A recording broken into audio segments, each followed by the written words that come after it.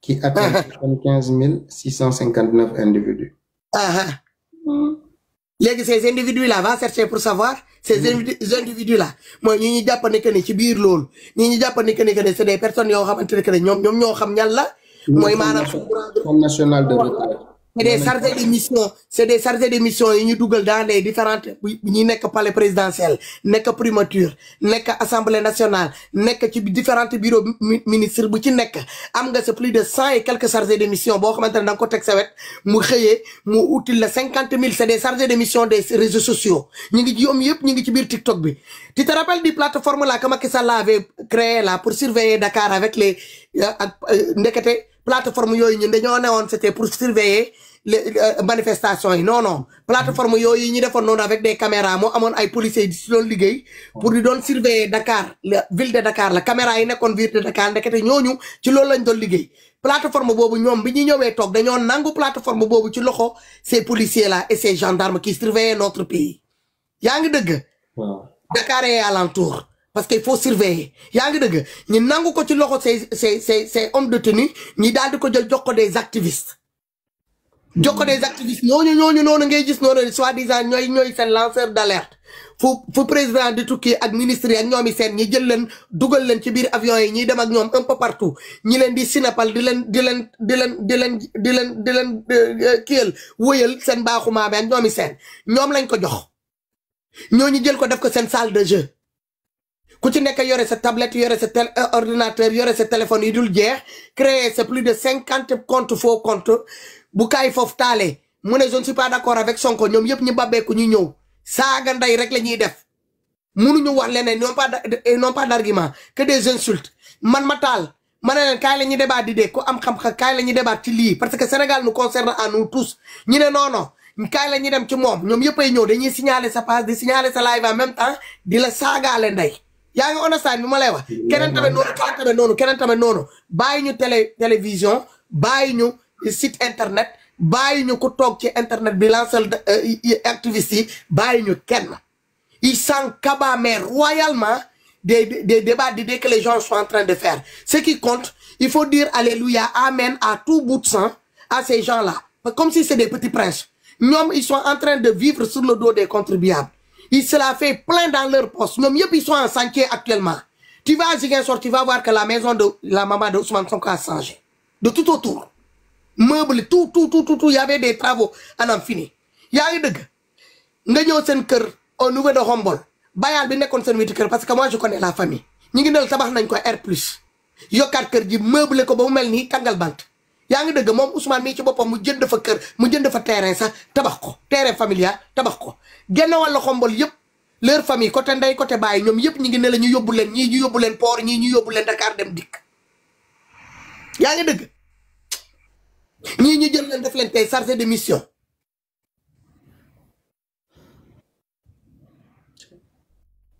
boo waxee da ngay wax parce que tu es un frustré da nga bëggoon a doon benn député may ñu la poste député c'est quoi poste député c'est 15 millions CFA nga dem verser sa caution nga am sa récépissé nga dem déposer nga dem def sa candidat libre yaa xam bu dee da ngay jël sa benn taxi ngay loué nga dem uti ñi la mun a voter xanaa boo amee quelques voix sax nga mun a dem taxaw nga mel ni comme Pape Djibril Fall ci biir hémicycle bi mais est-ce que c'était ça notre souhait nous on s'est battu pour ça non toi avec tout ce que tu as perdu là tu l'as donné tu as tout perdu ça pour ça moi tout ce que j'ai donné là quand tu as quitté les métros que tu m'as trouvé dans ce combat là moi j'ai perdu tout quasiment tout est au courant mariage enfant tout dans ce combat là pour au final pour gagner quoi des insultes il n'y a pas de débat d'idées comme tout à l'heure là on parlait de ce rapport là et ce rapport là nous concerne nous tous 12 millions de Sénégalais doivent savoir ce qui se passe actuellement hein nga gis ku jóge fële il se comporte comme un fanatique timbré il vient il monte dans ton direct avec tout le respect que tu lui donnes au lieu de venir débattre sur l'essentiel qui concerne tous les Sénégalais qui nous concerne hein qui a fait que tout le monde est sur les qui-vive. Le Sénégal aujourd'hui là il n'est même pas assis. Le Sénégal n'est pas assis. Le Sénégal est en train de couler à petit feu. Tu trouves ça normal? Un premier ministre qui a une caisse noire. Hein? Di natal bopam. moom elle s'est indemnisée ba pare mu xëcc ba am toog ah ces gens-là qui sont en train de crier justice là à tout bout de champ là fan la justice mun a am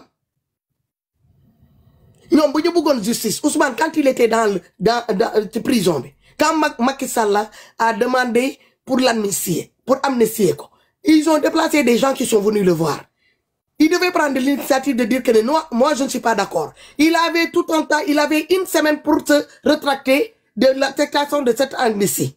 C'est une semaine là, il a laissé couler parce qu'il était d'accord pour être amnistié. Sinon, non, man buguma kuma amnistié Bassirou Diomaye ngeen amnistié ñeneen yi man Ousmane duma génn damay toog fii comme dama woote don de soi man fii laay toog ba ngeen jugé ma xam man li ngeen may toppee du dëgg amnistié leen xale yi ngeen jàpp noonu dugal leen ci kaso bi mais biñ ne amnistie moom da koo nangu mu nangul ko ñëpp mu génn mu échanger ak Macky Sall toog na devant tout le monde mu ne moom il a eu Ousmane au téléphone il a même demandé Ousmane de repousser les élections mais Ousmane lui a dit que non vu que nous on a choisi Bassirou Diomaye que lui il pourra pas faire partie des élections présidentielles à cause de sa condamnation nañu bàyyi Bassirou Diomaye dem jongante lui il va si ça baal ma rek 2 minutes rek dafa am lu ma bëgg a leeral mooy li nga doon expliquer Kayz ci 2 milliards yi mais comprendre ko. waaw Kayz yow yaa ngeek rapport bi rapport premier trimestre 2025 bi moom ngay dem. premier trimestre 2025. premier trimestre 2025 si sànq téléchargé nga ko. attends rapport premier trimestre.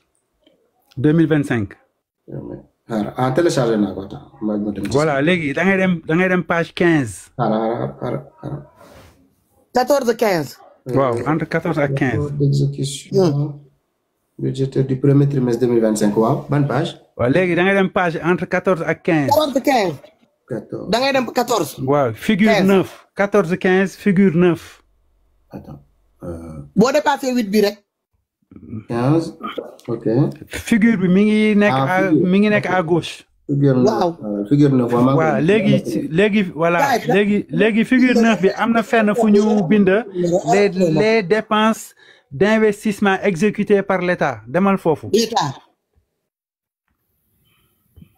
les dépenses d'investissement exécutées par l'État. alors maa ngi gis services généraux administration publique santé. protection sociale protection de. non wàccal carrément. di nga gis 411 colonne 411. les dépenses d'investissement. waaw. léegi dama bëgg nga yóbbu ma grand écran léegi xaaral léegi dama bëgg nga yóbbu ma grand écran. les investissements exécutés par l'État ont été. yóbbu ma grand écran. waaw. voilà léegi dañoo bëgg a def parce que yow da ngay laajte ay études comparatives n'est-ce pas. waaw. léegi damaa bëgg ñu liirandoo ko ensemble ñu xool Macky Sall moom ñaatal la dépensé nañu commencé les dépenses d'investissement exécutées par l'État. Les investissements exécutés par l'État ont été ordonnancés pour un montant de 2,64 milliards. Contre 20,64 milliards à la fin du premier trimestre 2024. maanaam Macky Sall bi mu fi nekkee janvier février mars. moom dépensé na ci exécution ci investissement d'État 20 milliards. ñii nag ñoom ci diggante janvier février mars 2025 yéene wuñu Sénégalais lu dul 2 milliards. waa léegi 2 milliards mon frère léegi 2 milliards yi xaaral 2 milliards yi mën na am argument bu ko justifier. 2 milliards yi dina nekk dette bi nga xamante ni Sénégal ci la nekk. non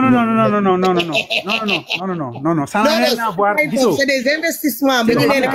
am na non comprendre leen fi may waxee de comprendre leen fi may waxee. ça veut dire booy fay bor. mun na la bloquer pour nga investir. pour nga mën a dugal xaalis injecter xaalis. léegi eggali lecture bi dans l'investissement. waaw léegi eggali lecture bi di nga xam ne sa argumentaire da ngaa jum demal nga lire ñoom seen bopp ñi ngi jéem a justifier déglu lan la ñu wax. waaw ñu ne ce faible taux se justifie par des procédures de passation de marché qui ne se dénouent généralement qu'à la fin du premier trimestre. waa léegi su fekkente ne ñoom argument bii ñu teg dëgg la kon naka la Macky Sall def moom ba génnee 20 milliards alors que même période bi la maanaam premier trimestre 2024 premier trimestre 2025 léegi naka la Macky Sall def moom ba mën a lijjanti 20 milliards te ñoom ñu lijjanti 2 milliards bu dee argument bu valable la. cey yàlla sunu bu fekkee argument pour argument la. la même période xara ñoom seen justificatif bii nii moom mooy lenteur administrative moo ko waral. voilà t'as tout compris maintenant. waaw alors que même période bi la maanaam janvier février mars 2024 bi fi Macky Sall nekkee ak ñoom seen janvier février mars 2025. bu fekkee ne dëgg argument la. les 20 milliards là malgré les. 40 alors que ñoom am nañu pétrole en plus dama lay wax beneen affaire. lii may wax dama bëgg ñu yaatal ko maanaam dafa am benn rapport bu génn boo xam ne dafay wax ni pétrole bi am nañ ci presque 300 milliards te sénégalais yi xamuñu fan la xam nga Fatoumata mi ngi lay wax léegi ci boo demee ci rapport d'exécution trimestriel bu deuxième trimestre 2025 defuñu ci dépenses yi mais place su pétrole bi yëpp ci rapport yëpp dañ def place su pétrole zéro. waaw suñu ressource naturelle bi boo demee ci pétrole et gaz doo fa fekk chiffre. dañ def zéro lañ fa def non. tableau yëpp dañ def zéro. waaw. léegi xaalis bi nga xam ne génn na ci pétrole les chiffres ont été maculés. mais attends Kaysof est-ce que yow xam nga ni Sénégal produire na 17 millions de barils de pétrole est-ce que xam nga loolu entre juin ak léegi. waaw mais ñoom ñu ngi communiquer ci recette pétrole yi. ah bon lan lañ ci wax. non ñu ngi wax par exemple maa ngi gis ñuy génn à chaque fois ñu naan waaw pétrole bi jot média yi ñu ngi ciy bind naan pétrole bi jox na. on parle pas de média du média. nga rapport yi dama la ne ñaar rapport moo am. non d'accord naa ak yéen figure ci rapport bi sam lu mu lay wax noonu véritable rapport bi waroon a génne trimestriel bi waroon a génne. yaa ngi dégg rapport boobu dafa génne woon lépp ba mu leer. ñoom bu ñu gisee loolu ñu xam ne que ne ça arrange pas leur situation te bu ñu demee di dem lebi ji auprès de FMI pour mun a FMI jàppale leen ci seen plan de redressement bi ñu bëgg a mettre nii pour 2050 kenn du leen nangoo ñoo fekk si benn banque nangoo jël garantie te la France ne va pas jouer aussi le jeu ñu ne xaaral donc on va maquiller les choses. xool leen li ma leen di wax suñu pétrole boo demee ci site bu ñuy wax suñupetrole.com d'accord ñu ngi ci bind le point sur les premières recettes annuelles de Sangomar. c'est combien. Combien. xaaral ñu ngi naan en effet ñu ne Woodside indique que le projet atteint un niveau de fiabilité ok en effet elle explique dans une note publiée sur le site que le gisement pétrolier de 13,1 millions de barils. Il n'y aura pas de chiffre kay. C'est à peu près. 950 millions de dollars de revenus, soit autour de 595,5 milliards de francs CFA. waaw wante léegi xaalis boobu animu. Vas-y jusqu'au bout. léegi xaalis boobu fan lañ ko bind. ci biir rapport yi. loolu noonu nga wax noonu xaaral Sam. le chiffre là que tu as avancé Kayf. 595,5. non c'est la vérité waaw non dëgg la li nga wax xaalis bi dëgg la baril pétrole yi am na presque 17 millions de barils moom moo généré 595 milliards c'est la vérité wante léegi xaalis boobu animu la moo tax binduñu ko ci rapport yi pas sur le rapport moom lañ lay wax sur les rapports. Attendez, on continue la lecture. Afin de ne pas donner de faux espoirs aux citoyens sénégalais, il faut souligner qu'il y a un grand fossé entre les ventes qui rapportent 595,5 milliards de francs CFA, alors que l'État et Petrosen vont engranger moins de 50 milliards de francs CFA. waaw ma dama ni même bu fekkente ne sax li article bi bind dëgg la non xaaral Fatou même su fekkee article bi li mu bind dëgg la waaye bu dee état bi am na ci sax 50 milliards la moo tax defuñu ko ci biir rapport bi. waaw nee nañu l'État en tout cas va engranger moins de 50 milliards de francs CFA ci 595 milliards.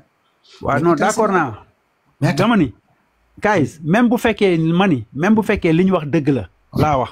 lu tax ces 50 milliards yooyu nekkul ci rapport bi lu tax expliqué wuñu sénégalais yi xaalis boobu animu parce que yow li ngay lire ni article la lire naa ko benn article moom moo ko génnee boo demee Ecofin da koy génnee boo demee feneen dañ koy génnee mais le site du gouvernement nga xam ni xaalis bi muy jot ak bi muy dépensé dañ ko war a def ci rapport yi ci loi de finances rectificative dañ ko ci war a dugaluñ ko ci kon léegi lu tax expliqué wuñu sénégalais yi xaalis boobu animu d'accord naa ci ak yow. Voilà, tu as compris. Voilà. Donc voilà, lii rek laa bëggoon leeral ci investissement bi page 15 la rapport d'exécution budgétaire premier trimestre 2025 da ngay jël bic ak feuille nag soo koy lire nga noter passage yi la intéressé yëpp comme ça boo ciy waxtaan doo fi nekk sax di sonn di kii da ngay xam exactement bu nekk ban page de bind man rapport yi 57 pages la page bu ne mën naa la wax lan moo fa nekk ak lan ci war a waxtaan sama sister Fatou dafa wax lu am solo nee na deuxième trimestre 2025 li présidence dépensé maanaam administration centrale bi li ñu dépensé présidence ba ci dernier ministre bi sénégalais xamuñu ko dañu ko nëbb loolu nag mu nekk lu yéeme te lii loi moo ko tënk ne leen li ngeen di dépensé sénégalais dañ ko war a xam donc bu ñu xoolee janvier février mars génne nañu rapport avril mai juin génne nañu rapport waaye ci rapport bi ñu génnee waxuñu sénégalais yi présidence de la république comme 61 milliards yi nga liir sànq wax xamuñu ñaata la dépensé. bu ut bi loolu bu ut bi la. waaw voilà mu ngoog mu ngi noonu waaw mooy août 2025 quoi voilà pour que mu lay. tu as raison tu as raison. kon maa ngi lay jaajëfal. bul fàtte Sam bul fàtte ñoom dañoo dem bëggoon na nangu jaay doole sans passer par les contrats qui ont été signés ak li ñi kii yoon ñu bëggoon na arrêté suñu mbokk yooyu nga xamante ne ñoo kii yoon affaire de pétrole bi ak ñoomi seen. waaw ñooñu ñi arrêté ñooñu nekk yóbbu leen tribunal ba pare tribunal jox ñooñu dëgg ne la nekk ne Sénégal war na mun a continuer di bàyyi ñooñu exploité pour mun a fay seen kii yi sénégalais lu ñu waroon a am ci xaalis yi daal di ko bloqué ba keroog bu procès bi di joxe verdict. mais attendez man y a un problème xoolal boo xoolee SeneNews suñu pétrole boo xoolee moom nee na 50 milliards boo demee ci site SeneNews nee na Sénégal 35 milliards kese la ci am. bon en réalité Sénégal. maanaam état wu Sénégal ak Petrosen boo xoolee li ñu ci am yëpp ay c'est à peu près 137 milliards. Sur les 595 milliards. état wu Sénégal gannaaw bi mu séddoowee ba pare moom da ciy am 137 milliards léegi 137 milliards yooyu nag dafa des leneen loo xam ne war na dugaat mooy les impôts yi nga xamante ni dañu koy jël. Sur les compagnies pétrolières. Exactement. léegi loolu suñu ko nattee mën nañ jàpp ne état Sénégal peut-être mën na ci am 150 milliards mais le problème c'est pas ça le problème mooy lu tax xaalis bi mën nga jël grand Dona est-ce que mën nga jël Dona DiCaprio. Guys Dona DiCaprio. déedéet. Dona DiCaprio grand Dona mën nga def demande donc problème bi foofu la nekk quoi lu tax xaalis bi waxuñu ñu sénégalais yi ñaata lañ ci am ak fan lañ ko dugal foofu la problème bi nekk Dona DiCaprio. moom boo ko jëlee rek moom ci affaire pétrole bi léegi lépp leer ci sa bopp. kon encore une fois maa ngi leen remercier maa ngi remercier sa followers yi déglu yëpp.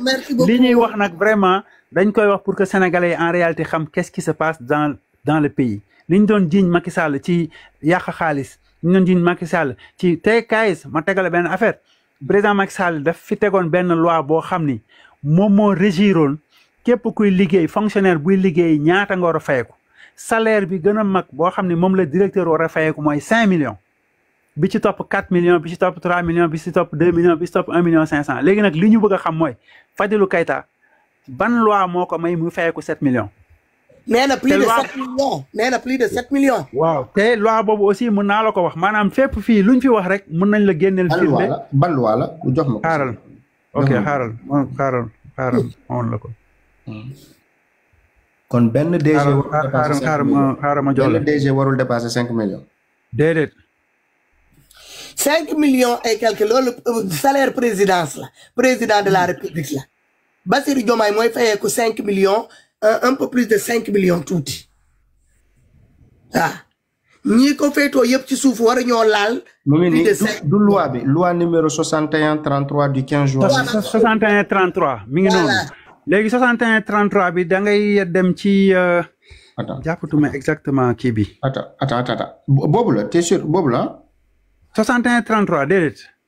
déedéet du bi. non du boobu 6133 boobu statut fonctionnaire yi la. boobu statut fonctionnaire yi la. ok statut fonctionnaire yi la.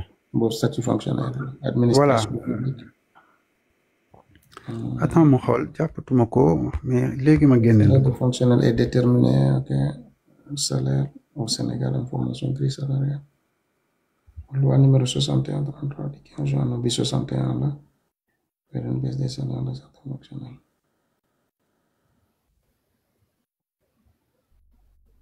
Valorisation salariale déterminée. gis nga lii kii nu mu tëddee Sam kaay. lii doo ko defee nii. tu prends ton temps. waaye man kay brut bi ma koy seetal du yomb nga gis. tu prends ton temps tu le fais en tête reposée man bi ma ci defee live la première fois yaa ngi dëgg.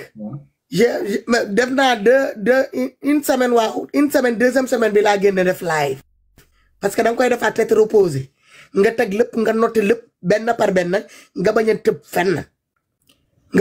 fenn mais boo ko naree pare xëy nii day jaxasoo parce que pages yi y en a plus de 50 de pages. dafa bari de. dafa bëri ay chiffres la ay articles la ay affaires. jël ko dugal ko foofu léegi nag boo paraxee da ngay kii. non lii foog ma lire ko à tête reposée foog ma lire ko à tête reposée. même ñoom Sam bi ñu ñëwee noonu man wax naa leen ko ma ne leen dernier trimestre bi pensé wu ma ci mais dinaa ci bàyyi xel mais y en a beaucoup ñun waxuñu fii on n'est pas réunis ici yéeguñu ci Kayif pour ñëw fii pour jéem a koo nee ni que ni Kayif est majeur et vacciné yéen a ngi dëgg. il est majeur et vacciné combat ba Kayif foofu di combat damaa bëgg ngeen xam ni que ni Pastef taxu jàngalul Kayif foofu combat. il faut ngeen xam. billaay xamuñu. Pastef jàngalul Fatoumata Dansoxo combat. kii nii man maa ko jur man la sama deret mooy daw ci yaramam ñun lu ñu doon suñu maam yi la dama leen ne ñun suñu maam yi makk la ñu jógee jaar Égypte effondré empire de Égypte ñu ñoo fondé empire du Ghana jógee Ghana ñoo fondé empire du Mali. empire du Mali empire Songhai ñi jóge foofu dem empire de Kabou encore ñu fondé waat un dernier empire qui est empire Songhai affaire yi tas ñii dëkk Guinée Bissau ñii dugg Guinée Conakry ñii wàcc ñëw Guinée Casamance ñii dem Mali ñële dem Burkina Faso ak ñoomi seen boo xoolee c'est les mêmes ñett yi ñooy topp ñooy toppalante soose bi la bambara bi grand écran ah. waaw ma won la ko balaa may wàcc waaw.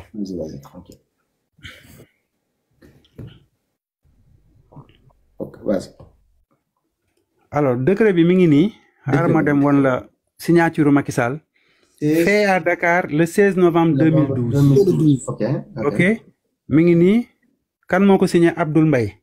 d'accord léegi xaaral ma yegg ci tableau bi wan la. mi ngi nii le salaire boo demee ci document bi article 5. mais attends ban mooy numéro kii bi numéro loi bi et tout ça. ah ok xaaral. référence mën naa la ko liiral kañ loolu kañ. Kayif ma liiral ko loi bi comme ça mu xam. Google dama bëgg a noter jël référence yi comme ça du ma ko fi seet lu yàgg. voilà mi ngi nii décret 2012 543 du 24 mai 2012. 2012. décret 2012-543 du 24 mai 2012. demal nga xool ko décret 2012-543 du 24 mai 2012. ok décret 2012-543 du 24 mai 2012 mu ngi nii. voilà ma ngoog léegi soo demee dans son article 5. ah si grand donna il faut nga yéeg pour affaire pétrole bi quoi léegi xoolal boo demee article 5 da lay wax ne mi ngi nii yéen ñëpp mën ngeen ko xool. le salaire net fixe du directeur général ou du directeur est plafonné pour chaque catégorie ainsi qu'il suit. catégorie 1 5 millions, catégorie 2 4 millions, catégorie 3 3 millions, catégorie 4 2 millions. léegi nag il faut Fadilou Keita expliquer Sénégalais yi moom nan la def bay fayeku 7 millions.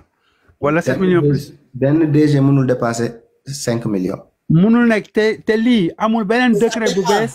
amul beneen décret bu bees boo xam ne am na fi décret bi Macky Sall bi mu ko signé ba léegi même décret bi moom moo fi daw. kaay dama ni mën nañu yaatal wala mën nañu yaatal ci ay décret yu bari yoo xam ne Macky Sall daf ko def ba ci li ñu jàppee Farba Ngom. mën nañ ko yaatal mën nañ ko yaatal mën nga def live bu yaatu ñu def ko parce que nekkul man kese grand donna ñoom fidèle ñoom lape ñoom jedaay sama gars yëpp yu am xam-xam ñi ngi fii boo ñu woowee rek ni ñu expliquer Sénégalais lu xew. Laye Cyber nee na il perçoit 15 millions c'est pas 5 millions.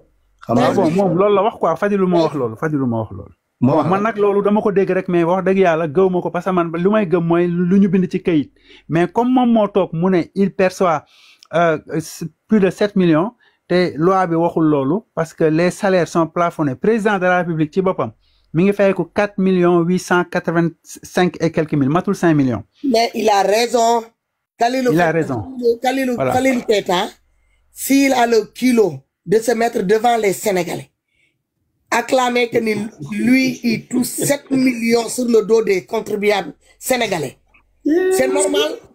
Le Premier ministre se permet d'avoir une caisse noire bourrée de 9 milliards de francs CFA, de l'argent des contribuables. Gagner 7 millions sans les avantages.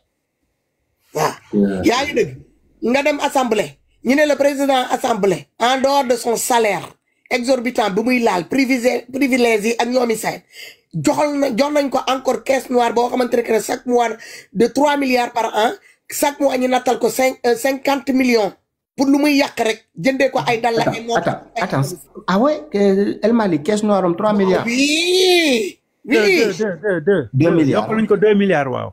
yokkal nañ ko sa encore. léegi ñaata la en tout. Bon, moom 19 la fa fekkoon ñu yóbbul ko 19 la fa fekkoon ñu yóbbul ko 22 waaw 3 lañ ci yokk. El Malick mi ngi ci rapport bi 22 milliards.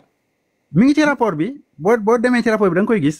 fan ci page ban page. après yow dinañ wax. annexe bi oui da nga dem ci annexe bi mooy sànq fi nga doon xool te ñu bind fa président de la république. cour suprême ak yooyu. waaw.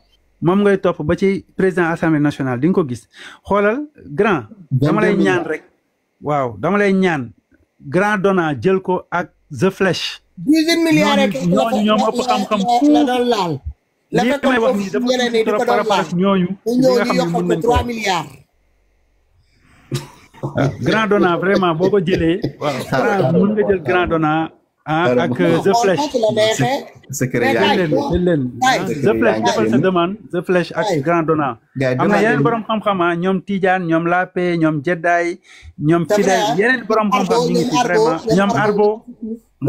ñëpp a ngi fi.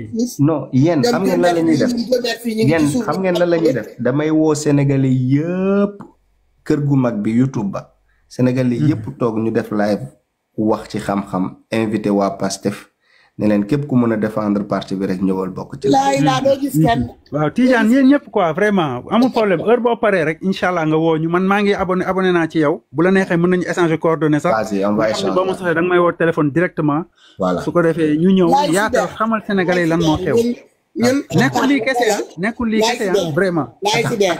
attends Sam caisse noire bu président bi Diomaye actuellement ñaata la. 11 milliards. donc El Malick moo ëpp xaalis moo ëpp caisse noire président. non El Malick budget maanaam El Malick budget la am. El Malick budget 19 milliards la woon. bi ñu ñëwee ñu yokkal ko 3 milliards. waaw léegi moom caisse noire ñaata la. non bokkul c'est-à-dire que xam nga budget xaalis la boo xamante ne bu ko dépensé mën nañu xam fan la ko dépensé. waaw mën na ko tracé. alors que caisse noire bi alors que caisse noire Sénégal aussi man su may wax damay wax loo xam ni wax dëgg yàlla dama ciy wax seet sama diggante ak yàlla ma wax dëgg ñëpp xam. 22 milliards man amuma problème ci président République am caisse noire. benn problème bi fi am rek mooy ñoom dañu waxoon ni dafa xaram mais adduna bi yëpp dans tous les pays du monde les présidents ils ont des caisses noires. léegi man caisse noire El Malick laa wax ñaata la. non El Malick amul caisse noire moom laa wax. El Malick dañ koy nattal 50 millions. tous les mois dañ ko koy nattal 50 millions donc soo ko calculer année bi yaakaar naa dafay nekk 500 millions yoo xam ne dañ ko koy jox pour que mu mun a dimbali député yi ci seen yenn problème yi ñu am. loolu nag bokkul ak mooy caisse noire. loolu caisse noire loolu fond boo xamante ne caisse noire. assemblée am na caisse noire. caisse noire assemblée bi 3 milliards la ñu ne que ni mooy caisse noire assemblée. mon frère am na 500 millions yoo xamante ni par at ci at kenn du ko laaj lan la ci def. waaw effectivement. 500 millions. waaw tous les mois dañ koy nattal 50 millions waaw El Malick. président 50 millions par mois. waaw 50 millions par mois.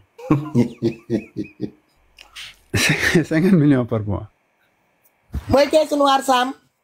waaw mën nañ ko tuddee caisse noire. 18 millions et quelques yi mu fekkoon foofu gars yi di doon laal yaa ngi dëgg pour lu jëmoon ci assemblée nationale dafa laajaat. bon c'est-à-dire xam nga ñoom par exemple soo demee ci xam nga tey soo demee ci yokkaat encore 3 milliards nee na nañ ko yokkal 3 milliards. ñu yokkal ko 3 milliards yooyu mu dem ci 22 milliards. waaw effectivement demoon ci loolu de mu ñoo laajaat moom caisse noire am exactement condamné am mu ne moom tamit nañ ko ci nattal chaque fin du mois nañ ko ci jox tamit 50 millions yi wow kon waaw c'est-à-dire que soo demee ci xam nga soo demee ci règlement yi ak ñoomi seen dépenses yi voyage yi ak ñoomi seen voilà mais xam nga kaay foofu boo demee ci règlement intérieur bu assemblée nationale dafa am benn parti boo xam ne ñoom dañ ko tuddee genre parti social affaire yooyu quoi donc ci loolu la ñu natt ne président assemblée dañ ko war a jox 50 millions peut-être parce que député yi mën nañu am ay problème mu ngénte ay problème yi donc mën nañ ko tuddee mais boo demee ci règlement intérieur assemblée nationale da ngay gis ñu utal ko fa porox ndoll xam nga dugal ko fa pour que ñu koy mën a jox président xam nga moom lan la ko jëndee ay jésinière la ko El Malick jëndee yëpp dugal ko ci otom bi fu mu dëgg ñu ne cérémonie religieuse am na mu dem jënd parfum ak ay jésinière marakis ak ay koppati El Malick budget 22 milliards la booy mu jënd valise yi yu jeex gis nga valise diplomatique yi El Malick coffre oto bi yëpp ay valise diplomatique la valise boo ubbi parfum la ay kurus ay sijaada teg foofa ay ñaari complet jésinière yaa ngi dëggam ay bassin jésinière ak ay barakis dal la jigéen kaala la fay teg bu eggee mu joxee ko ay léegi yokk na ci sa ay montre du caaxaan man kay nit moo tombe kay ci valise am yi muy joxe kay mu wax ma contenu bi nekk ci valise bi damaa ree ba këpp donc maa ngi lay Sam parewuma ci question yi Sam xaaral yow leen nga rapport yi xaaral ma posé la ay question waaw doo jël Dona s'il te plaît premier ministre caisse noire am ñaata la 9 milliards 8 milliards 8 milliards non 8 la 8 Diomaye 8 milliards non Diomaye 11 milliards Diomaye 11 milliards Sonko 8 milliards gars yi lu ñuy wax ancien premier ministre yi amoon nañ caisse noire wala amuñu woon caisse noire musul am c'est la première donc musul am waaye nandita la nag donc pour la première fois le premier ministre am caisse noire 8 milliards léegi lan moo ko 9 milliards la Sam nan la ko xoolaat 9 milliards ça marqué 9 milliards 9 d'accord amu problème 8 ak 9 yëpp benn la d'accord amu problème 9 milliards la waaw léegi lan mooy justification boobu xanaa am na justification amul non les caisses noires n'ont pas de justificatif maanaam dina am assemblée plus caisse noire boo ko waxee diffamation lañ lay yóbbu c'est des caisses secrètes lañ ko tuddee caisse secrète c'est-à-dire que soo demee maanaam boo demee assemblée nationale bu ñu leen koy nattal foofu bu protéger caisse primature bu Ousmane Sonko caisse secret ngay wax waaw caisse secret ok boo nee caisse noire dañ lay yóbbu diffamation man baalu naa ak ñëpp kenn du ma yóbbu diffamation man léegi procureur bu fa nekk kay moom boo fa man de li may wax nii yëpp nag ci caisse noire t'a dit on a xanaa liiroo ni que nee nañ la caisse secrète la tudd waaw léegi kon diffamation la ñëwal waaw léegi oui ma Sam Sonko am na 8 milliards Diomaye am na 11 milliards donc 9 milliards la am taay foofu waaw dégg nee na 8 xaaral bon grawul mën na ko def 9 amul problème 9 milliards 6 milliards la njëkkoon a nattal boppam après mu ne moom sa loolu da koo xeeb jël na 3 millions jëbbal ko boppam président Bassirou Diomaye 18 milliards yi mu doon laal ak tuuti nee na xeeb na loolu mu yokkal ko 3 milliards assemblée nationale ñoom dañ koo def 9 milliards la ñuy décaissé ci keesu sénégalais pàccoo ko en 3 pàcc 3 milliards ñu yóbbu ko assemblée nationale jox ko El Malick 3 milliards ñu jël ko dugal ko au niveau de présidence jox ko président Bassirou Diomaye moom 3 millions bu ci des mu jël ko jagleel ko boppam ci 6 milliards yi nga xamante ne moom la njëkkoon a nattal boppam c'est facile à vérifier. léegi xaalis boobu ça veut dire Sonko am na droit dépenser ko te kenn du ko ci laaj dara. Diomaye am na bu ko neexee sax mu taal ko. bu la ko neexee mu taal ko mais booy Pastef fii nekk di torox ci réseaux sociaux yi lan moo tax jëluñu ci xaalis boobu ñu jàppale booy ñu am liggéey. ah si jël nañu 5 milliards séddale leen. jël nañ 5 milliards jox ko Maïmouna Diène ministre de la femme et du petite enfance jox leen ko. annuel la n'est-ce pas 8 milliards yi c'est par an. oui bien sûr. c'est par an waaw chaque année. Sonko bientôt mu am 2 ans donc maanaam lu ko Sénégal jox ci caisse noire dina mat 16 milliards. ñaari at waaw. 18 milliards la laal. 2024 2025 18 milliards la laal. donc Diomaye dina mat 22 milliards.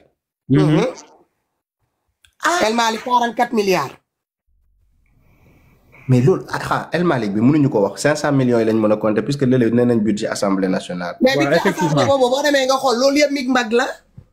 budget assemblée bi mig mag la. parce que dépense yooyu wante comme bind nañ ko ci kayit rek mais y a pas d'audit. kenn audité wu leen ko. te boo demee ci dépense yi tamit c'est pas détaillé. c'est pas détaillé. loolu yëpp ay mig mag la. faut pas les dédouaner de ça. jël leen les 500 millions là ngeen teg ko ci kaw 22 milliards yi mu doon chaque année moom day laal plus de 22 milliards 500 millions. noonu ngeen war a def calcul bi da ngeen koy yaatal. ngeen jël 61 virgule. yéegalal Donna waay kii grand baal ma rek nga jël Donna c'est quand même important sur 11 milliards le pétrole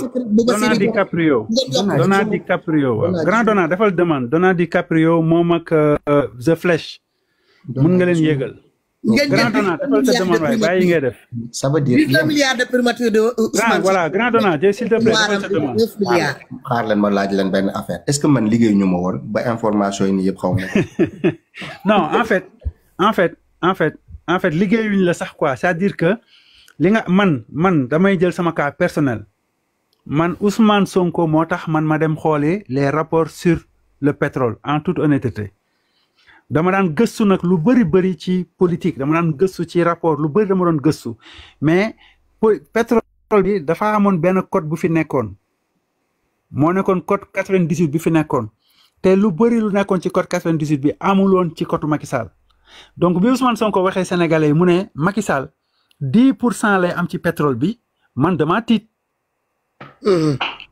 dama dem ma ne attends bu dee kii li mu wax dëgg la Macky Sall daf ñu yàpp bi ma demee ma xool ko boobu tamit mun naa la ko wan xaaral ma wan la fan la Ousmane Sonko naxee sénégalais yi ci Sénégal 10% la am ci pétrole bi xaaral ma génnee code bi mën nga jël grand Donna comme ça moom bu ma génnee code bi dina si gën a xuus. man dëgg rek laay wut man kenn du ma nekk jëlal information Donna anam la mais secret il faut mu génn gars yi dañoo tapoté wul live bi nag lii waroon nañ mat 3000 personnes instant moo tax yéen foog ñu dem ci kër gu mag bi rek waa YouTube ñoo gën a aay waa TikTok demel c'est que le live est un peu tard. waaw. Et moi je pense que je vais vous laisser. boo ma mënee yóbbu grand écran. waaw xaaral xam man Donna laay wuti bi léegi gisuma ko saa waay. grand Donna defal demande waay s'il te plaît. gisuma ko de. mais na commenter rek. non moo ko tey Donna defal demande waay bindal grand Donna mën nga bind message yow ak Flash bind leen message gars yi jël leen. na bind commentaire. bu leen ragal saaga yi. Donna s'il te plaît commenter Donna commenter. waaw faut pas avoir peur de ces insultes là. parce que c'est ce qu'il faut faire. lu ñuy wax nii xejul ci seen bopp. bu luy laal seen bopp bi rek seen coup de circuit lay def. seen cerveau bi mooy am coup de circuit. Donna DiCaprio s'il vous plaît montez ana Donna anam gisuma ko de. grand Donna defal sa kii waay s'il te plaît. non ñëwoon na demaat. ñëwoon na waaw mi ngi woon fii léegi. mi ngi woon fii yàgg na tuuti. il n'est plus. non mais je suis choqué hein. bon en attendant kon mun nga ma yóbbu grand écran. waaw ma woon fan la Ousmane Sonko naxee sénégalais yi ci 10% yi. xaaral mooy Donna DiCaprio c'est lui xaaral 10% lan. 10% pétrole bi. waaw. voilà. non Sénégal neex na.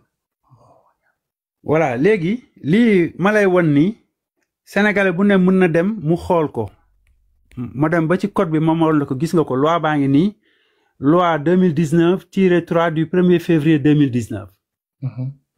xam nga lii leer na. bu ñu demee dans son article 9 ñu dem article 9. xaaral ma yaatal ko nii comme ça gars yi gis ñu dem article 9.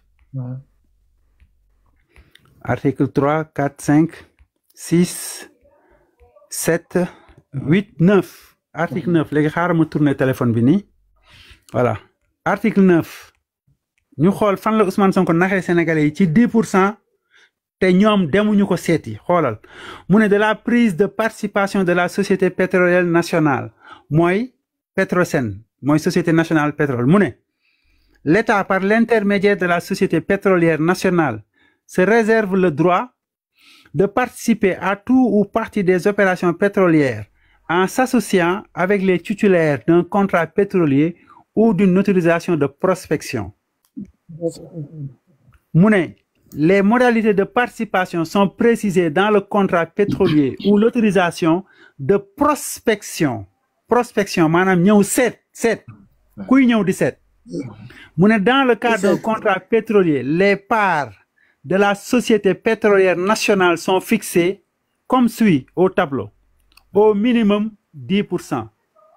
Fii la Ousmane Sonko naxee nit ñi 10% yi mooy kii ñëw yore xaalisam ñëw pour seet ndax réew mi am na pétrole kooku day andi 10% mu dem sax ba wax ne non seulement 10% yi mais bu ñu demee ba nekk ci phase d'exploration et de développement mën nañu yokk paaru Petrosen ba 20%. Donc fii la Ousmane Sonko naxee Sénégalais yi gis nga ci 10% yi la yam. Il a joué sur les chiffres, il a inversé les chiffres quoi. Fii la yam te part bi te part bi mooy paaru Petrosen. Petrosen nag bokkul ak li état bi war a am moom ci boppam ak li état bi war a jëlee ci les compagnies pétrolières maanaam taxes yi nga xam ni daf ko dem jëli te su ma wàccee tey tuuti ci tableau bi naa la woon en attendant grand dona yéeg ñu xool répartition yi selon la production soit inférieure ou supérieure inférieure mooy lu gën a wàññeeku supérieur mooy lu gën a bëri. Def naa article 42 je me rappelle plus. Mais tous ces documents là boo demee quand tu vas sur Google là tu tapes. Voilà tu vas les trouver là-bas. mais fii sax xaaram andi beneen tableau voilà xaaram andi tableau bu gën a reer gis nga fii.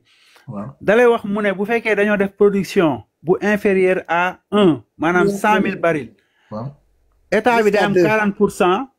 contractant bi am 60%. bu ñu demee ñu def supérieur ou égal à 1 et inférieur à 2 plus de 200 000 day nekk 45% pour état bi nekk pour contractant bi 55% ainsi de suite donc fi Ousmane Sonko naxee sénégalais yi mooy ci article 9 bi nga xam ni sénégalais yi bañ leen ko waxee rek man mii en toute honnêteté kay man bi mu ko waxee dama tiit ma ni kii li mu wax bu dee dëgg la Macky Sall Macky Sall dañ ko war a taal si laa dem nag ma gëstu ko ma gis ni 10% yi la war a ndox Sénégalais yi te 10% yi mooy kii di ñëw yor alalam ne dama bëgg a ñëw ngeen jox ma Saint-Louis ngeen jox ma fa 3 kilomètres ma dem xooli ba xam ndax am na pétrole kooku su àndee 10 milliards Petrosen moo koy jël te waa ji da koy perte maanaam su gisee ak bu gisul yépp day perte pétrole. parce que 10% prospection quoi. léegi nag bu demee ba ci biir nag mu gis Petrosen mën na dem ba yéegal ko 20% ci li Petrosen war a am ci bu ñu tollee ci li ma wax léegi phase d'exploration et de développement. lii nag bokkul ak production maanaam phase d'exploration de développement bokkul ak production mooy bu ñu seetee ñu gis. développer explorer yooyu yëpp ba ñu gis nag dañoo war a ñëw nag pour produit su boobaa nag paaru état bi di yokk voilà extra donc fii la Ousmane Sonko naxee sénégalais exploitation bi malheureusement c'est trop tard grand donnant soxla nañ la fii ci kaw bu baax a baax ci affaire pétrole parce que gisuma ko sànq ba léegi maa koy xool ci demande yi xam naa nelaw nag parce que dem na ñoom ñaari yëm ñu ngi woon fii mais dem nañ. voilà donc voilà kay mais gars ko gën a yaatal maa ngi leen di ziar di wax dëgg yàlla maa ngi kontaan ci sénégalais yi toog di la déglu merci waaw ñi ngi kontaan parce que 500 personnes depuis ñu commencé depuis 2 heures de temps live bi wàccul ça veut dire que li ñuy wax intéressé na leen ñuy fàttali rek ne li ñu wax amul dara luñ fi wax loo xam ni ci suñu teeyaayu bakken la liñ fi wax yëpp ay këyit la ñu génnee képp ku ñuy weddi aussi bëgg nañu nga ñëw nga andi ay këyit loolu daal amoon nañu solo trop quoi. dafa jóge ci gouvernement bi ci boppam. gouvernement bi ñoom ay këyit la pour mu leer. bon pour ñu fi nekk di saaga tamit leen di ñaan ngeen après dinaa la bind comme ça. waaw heure boo ma soxlawee te nag dama lay fàttali ne nekkul rek rapport yi nekkul rapport yi am na ay rapport yoo xamante ni ci lu jëm ci Mimi Touré mi nga xamante ni ñoom waaw nga xam ne jubal jubanti la ñuy woote. te Mimi Touré mu am rapport bu ko épinglé ci ay milliards. Aïda Mbodj Mary Teuw Niane bon non Aïda Mbodj yóbbu ko. Mary Teuw Niane nga xam ni tey mi ngi ci wetu Diomaye Faye moom itamit mu am rapport bu ko téye donc ñooñu ñëpp ñu jël leen bëgg leen setal bëgg a jàpp ñeneen ñi aussi tëj leen ci kaso bi donc loolu vraiment il faut ñu waxtaan ci yaatal ko. xam nga man yàgg naa fi nekkee dëgg mais sénégalais yu bëri dañoo jàpp ni Kayz Fof mii dina am bokkul Pastef day manipuler rek Pastef la bëgg man musuma bokk Pastef est-ce que yaa ngi comprendre léegi lu nekkoon problème bi mooy waa APR dañoo jàpp ni kii nii Pastef la bokk jarul kenn koy wax ak moom je tuute xoolal nit boo ànd ak moom nga ànd ak moom ngay gisal sa bopp lu bare da lay pousse nga dem gëstu yow tamit ngay xool ci loo nekkoon lan loo xamante ni yaa ngi ko doon wax sénégalais yi mu amutoon nga rectifier ko boo ko mënee rectifier parce que sinon yow mi sénégalais yi dañ lay jàppee fenkat. yaa tout compris. est-ce que yaa ngi comprendre donc lu bare dama ko gëstul sama bopp ba gis ma xam ne lii nii buñ ko continuer ñun ñëpp dañuy mujj ñàkk crédibilité moo tax ma ne bu ma commencé wax ma ne Ousmane Sonko bu ma nekkoon moom day jël vaar yi yëpp déglu leen rectifier waat boppam fexe li mu waxoon démb sénégalais buñ ko xeeb tey. jamais du ko def est-ce que tu as le livre de système solution Kayz. si man am naa ko solution am naa livre bi. non moom Kayz am nga ko. non mun naa ko may sax su ko bëggee mun naa ko yónnee loolu. déedéet. Kayz da nga waroon a jël sa temps nga lire na livre système solution. ouais. en tout cas encore merci beaucoup ah grand maa ngi leen di jaajëfal. boo ko liiree PDF lañ ma ko envoyé woon aw ma livre bi mais.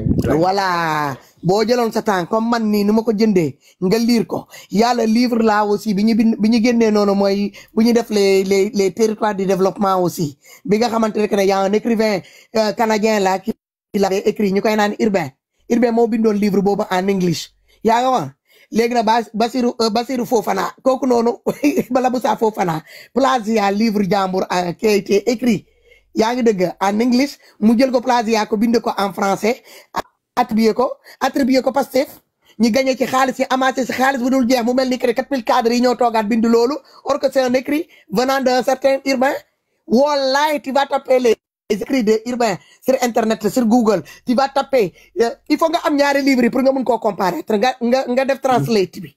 non maa yore ñaari livres yi fii. gars yi livre solution bi en fait j'ai pas lu tout. et puis livre solution bi kaay ma wax la est-ce que tu sais que y a une page boo xamante ni que ni page numéro 23 là où Sonko il écrit que ni pour dire que ni mu ne le diable est à l'œuvre des patriotes. Qui est le diable? Qui sont les patriotes? Page numéro 23. Le diable est à l'œuvre des patriotes. Qui est le diable? Le temple, le circulaire, le turbulent.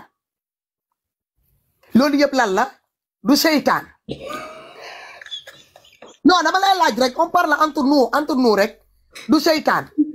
yow nga foog ne que nit ñi di xataraayu nii yow nan la sa yaay di la ëmbee juróom-ñeenti weer.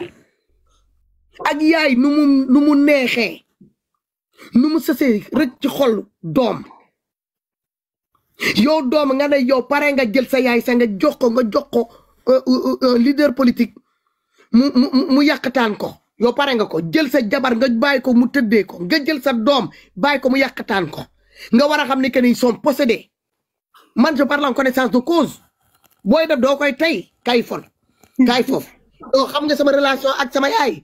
man su ma tawee ma ne sama yaay ne ma bàyyil ma ne ko du ma bàyyi la moo ma gënal sa bàyyi Sonko bi ma koy wax teyuma ko c'est comme si tu es possédé t'as envie de rien du tout am nit dalay déranger avancement nit dalay déranger boo demee ci livre bi tamit am na page boo xamante ne koo jagleel les tarixa et les trucs comme ça là moo waral ne que ne ñenn ñi toog di jàpp leen mu ne ce qui appartient à Fatou, à Mariama, ainsi de suite, à Kayz Fof, à Paul, et à Marie, et à Zach. Nous avons dit que tu as écrit que nous avons ben sering. Lolo nan nga koy tuddé, c'est pas les tariqa qui sont visés. Hein? Mom de légui mburok saw la gaay. Donc da ngay livre xam nga nit ñi bu ñuy wax man avant j'avais cette paresse là comme tout le monde. Mais bi ma demee bu ci biir quand j'ai commencé à lire ce livre là dama ne que ne du ma yem rek ci livre bi damay dem ma tapé ko en même temps pour comparaître ko ak Google parce que tey am nañu benn nit koo xamante ne tonton Google nee na moom këram moom c'est gratuit. ok Tidiane. tonton Google nee na këram c'est gratuit loo bëgg a xam nee na boo ko laajee fi nga toog nga ko koy laaj mu indil la ko mu leer nañ xanaa bu dee borom dugalu li nga soxla dugalu ñu ko ci moom. te moom loo ko dënk fii ba depuis premier jour bi nga ko dënk ba tey jii loo ko laaj mu jox la ko man tonton Google laay dem gis nga li la saam di la génnee nii moom laa lay wax nii lii du xam-xam du dara lu ñu bindee la mi ngi fii te fu mu nekk soriwut nga yor ko man ma yor ko ñi fii commentaire di saaga sa yor nañ ko mooy Google dugg leen fa ngeen tapé le budget les dépenses trimestrielles des Sénégalais boo leen ko tapé gis ko jaruta yaay bopp jarul dem nekk fii di werante ba ngay ñàkk tooy xepp wala di saaga nit c'est aussi facile c'est aussi simple que ça man daanoon naa dëgg lu bëree bëri ci internet ci plateau yi ak ñoomi seen ma ne ñoom fu ñuy dem di ko dem uti pourquoi man du ma xam dem uti foofu mooy maanaam ma dem gis tonton Google ma ne ko salaamaaleykum tonton Google jaru sa nga koy nuyu moom Google boo ko nuyul sa amul problème foofu lay gën a kontaan ci yow du gën rek nga ne ko man dama lay laaj siyo bi ndax dafa bule wala dafa xonq mu génneel la couleur yi nga siyo yi nga xamante ne moom bi mu juddoo ba tey li mu xam loo bëgg a xam sa biir dëkk dala koy génneel ba sa biographie personnelle sa biographie yow dala koy génnee te premier jour bi nga ubbee sa yow sa internet bi sax dala koy génneel da lay génneel date bi sax boo ko fàttee sa premier mot de passe bi nga ubbee sa premier compte bi sax dala koy génnee. Pourquoi les Sénégalais, ils ont cette manière, cette façon de la paresse d'aller chercher, d'aller fouiner. Il faut aller fouiner quand c'est important. Quand ça parle de l'intérêt général, il faut aller fouiner. Ne soyez pas des fouilles merde quand ça vous arrange pas. ngeen dem uti côté bi nga xamantene que fofu do len fa fekk dara te bo len demé do len non seulement do len fa fekk dara ba paré da ngeen fay jëlé lu len nakari moy manam frustration ngeen di am ñoo tok fi bu nit ñi di len indil xam-xam ngeen tayela dem uti xam-xam da ngeen di ñoo tok fi di saga nit ñi comme li ma len doon wax sank ma ne len kay fof n'est pas c'est pas Pastef qui a fait kay fof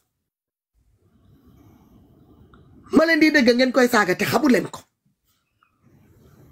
billahi yéen a ngi saaga ndaanaan yéen a ngi saaga doomi ndaanaan yéen a ngi xas sëtu ndaanaan billahi pour ngeen xam foofu Casamance ngeen waroon a dugg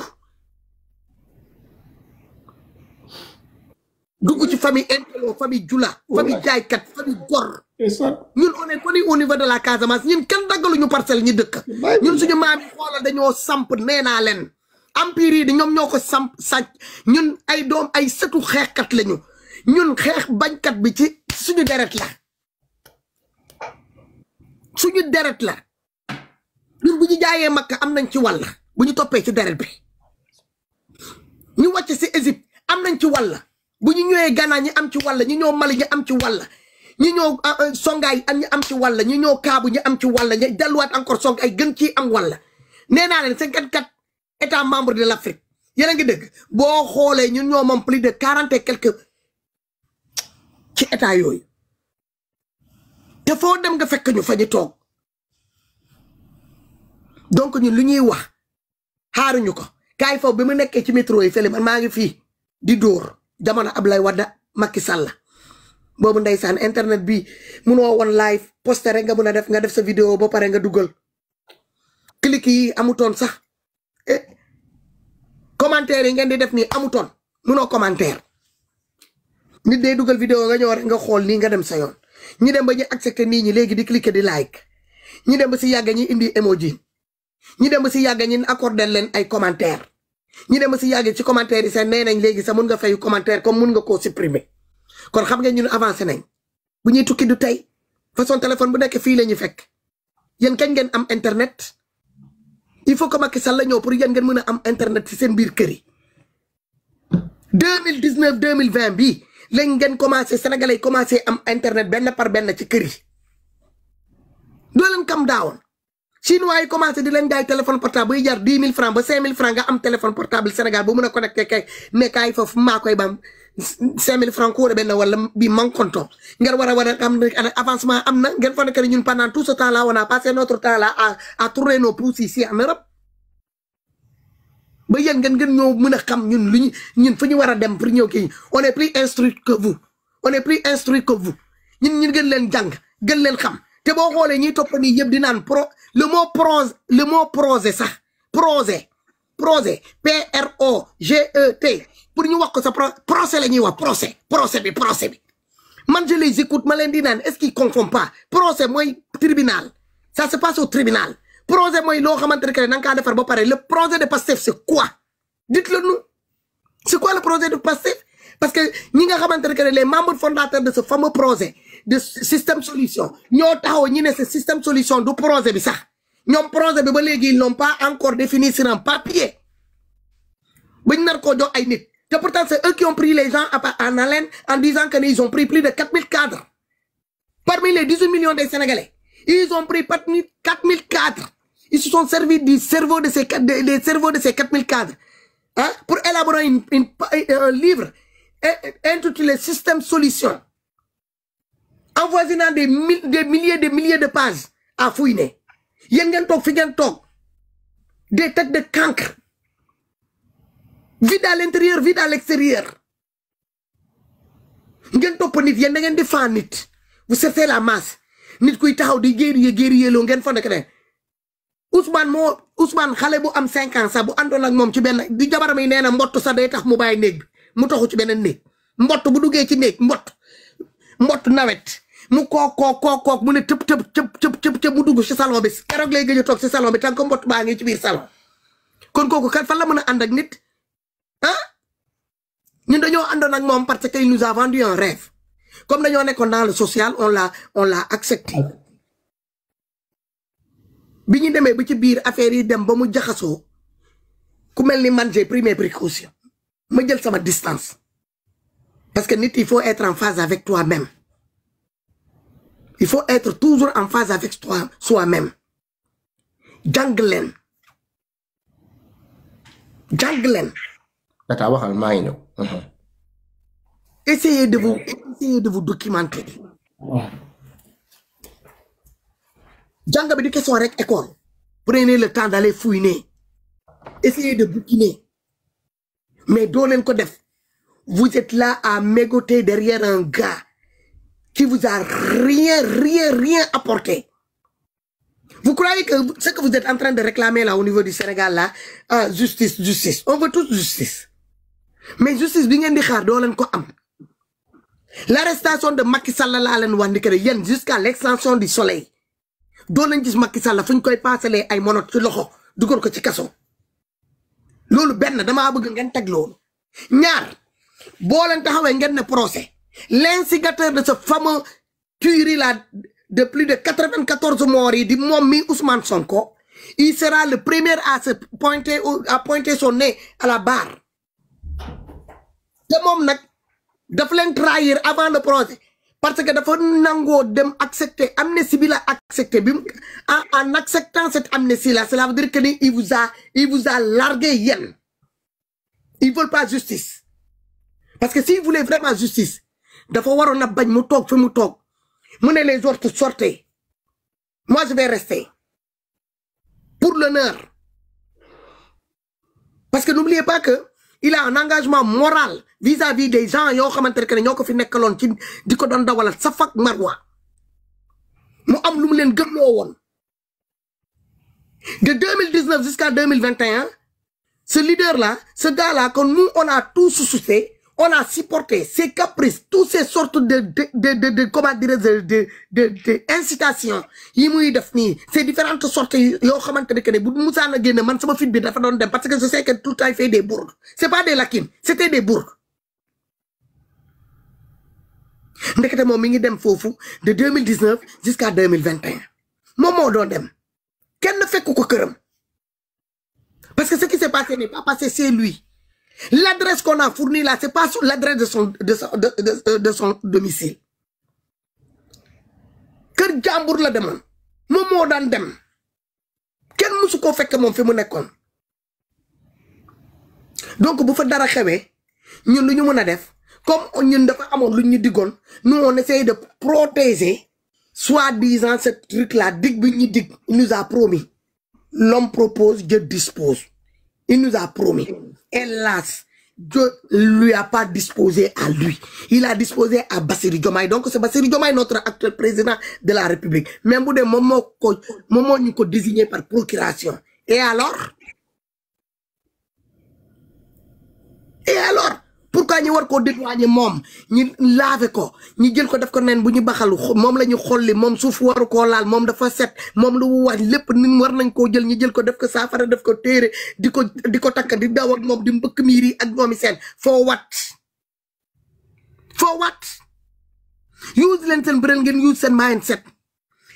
Il faut que vous faites comprendre ce gars là il est temps qu'il descend sur terre comme niko kay fa waxé mu nangu tok accepter yi tegal ko ay varam muy deglu ay waxam yi demb ay jëfinam yi demb par rapport ak tay parce que la réalité de tout ce qu'il avait avancé dans le passé le rattrape aujourd'hui.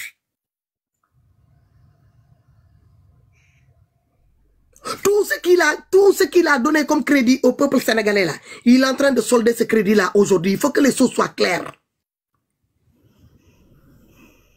Ni doko bagn. Mais tu as le droit, nga bagn sa façon de faire, sa façon de dire. Ne pas compatir avec sa façon de diriger.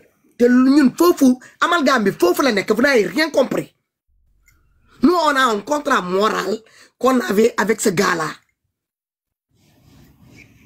Il nous a trahis. Avant même qu'il procède à ce gouvernement-là. S'il a trahir ce contrat-là.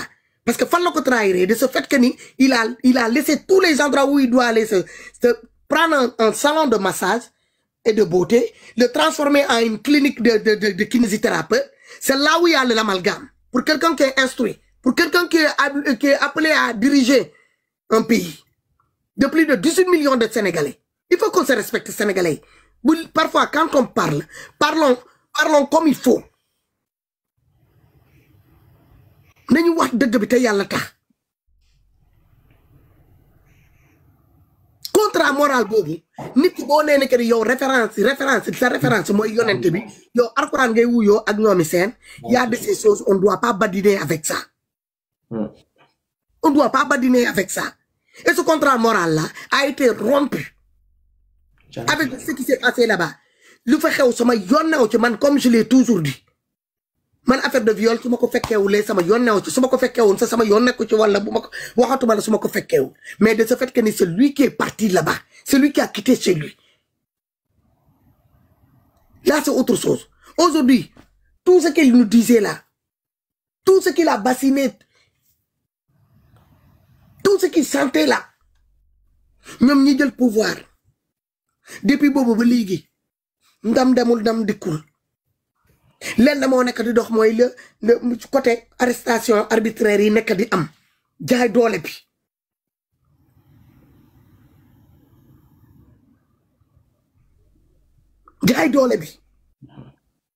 man je me suis toujours battu avec eux bi ma nekkee woon ci biir sadi ko doon jàppale fi ma d'accordu tan moom dama ko daan nee ne que fii d'accordu ma bu waxee dara ma xam ne que lii munu ko ma ne ko lii munoo ko bëgg naa la trop mais fii munoo lii munoo ko bu nee nii man la ah man de gëmuma sa xam-xam egg na fa man sama combat waa passé fi du tey de ça date nag parce que ancienne la 2016 ba 2025 ngay jàppale nit ki di def ci moom c'est pas les gens qui viennent d'arriver avec la naissance des enfants conçus de Adji Sarr là qui vont venir m'apprendre ce que c'est soutenir quelqu'un nit leen dem leen ngeen jàng allez bouquiner au lieu de mégoter Ousmane Sonko, allez bouquiner pour savoir qui ngeen di jàppale kan la.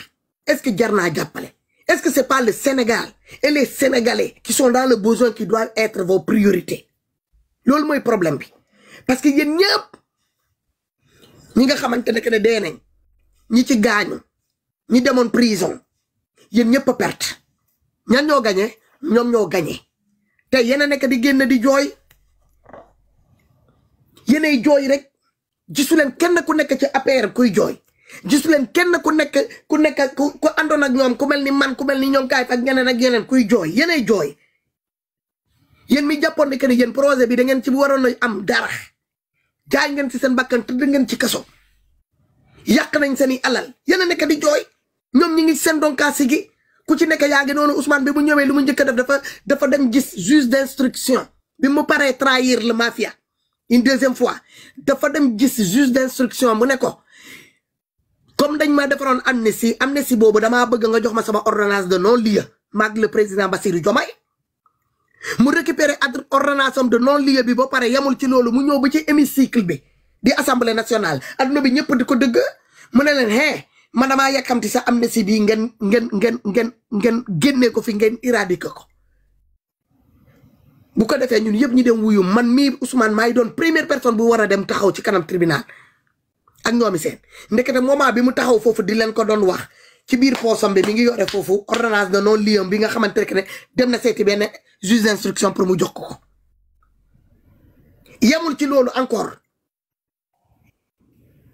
mu ñëw nattal boppam caisse noiram yore 9 milliards uuf ko rebaptiser ko def ko caisse secrète joxul leen ci investirul ci woowu leen ci ay formation dans les différents métiers woowu leen ci ay emploi ñi mu fekkoon ñiy liggéey mu génnee leen sandi plus de 30 et 40 000 personnes sandi leen ci mbedd bi dans tous les corps de métiers confondus ñëpp a ngi dans les rues yéen a ngi dëgg li mu fi fekkoon mu defaroon ñi defaroon ko yëpp lépp yàqu yéen a ngi dëgg ñoom ñi ngi voyager ñi ngi sol ci marque yi ñoom ñi ngi tëdd cortège yi 8-8 yi gis ngeen ko barke de Mandiaye la ñu génnee ñaata la ñu décaissé ci caisse assemblée bi dem génne ko oto bu ci nekk 50 millions pour ay député yoo xamante ne yéen a ngi nii ci biir mbënd mi ndox bi nangu seen kër ndox bi rey seen i jur ndox bi jël seen i faro ndox bi jël seen i rizière ndox bi jël seen i àllas yaa ngi dëgg gisu leen kenn du député bi wàcc ci terrain bi ñoo set si leen du maire bu ñoo wàcc fekk leen ci terrain bi du ministre bu ñoo fekk si leen du directeur du DG du PCA waree ba ci ay chargé de mission yi sax gisu leen ci kenn ku ñëw sax di leen wàllu pour génnee leen seen bagage ngeen na yéen ci procès bi ñun procès bi rek procès bi moo ñu ñor te koo ci woo nga ne ko lan mooy projet Pastef il sait même pas la définition de ce fameux projet là car vous êtes tous des bapounes vous êtes des personnes givrées timbrées zing des personnes qui n'ont pas fait les bancs. Vous êtes des personnes stériles sur le plan intellectuel, comme sur le plan physique, comme sur le plan moral et pour finir, sur le plan financier.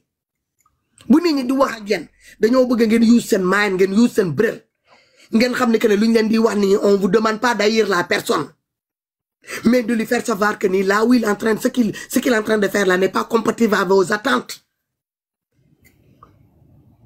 Ce qu'il est en train de vous faire croire là n'est pas compatible avec à vos attentes. C'est aussi simple que ça. On ne vous demande pas la lune.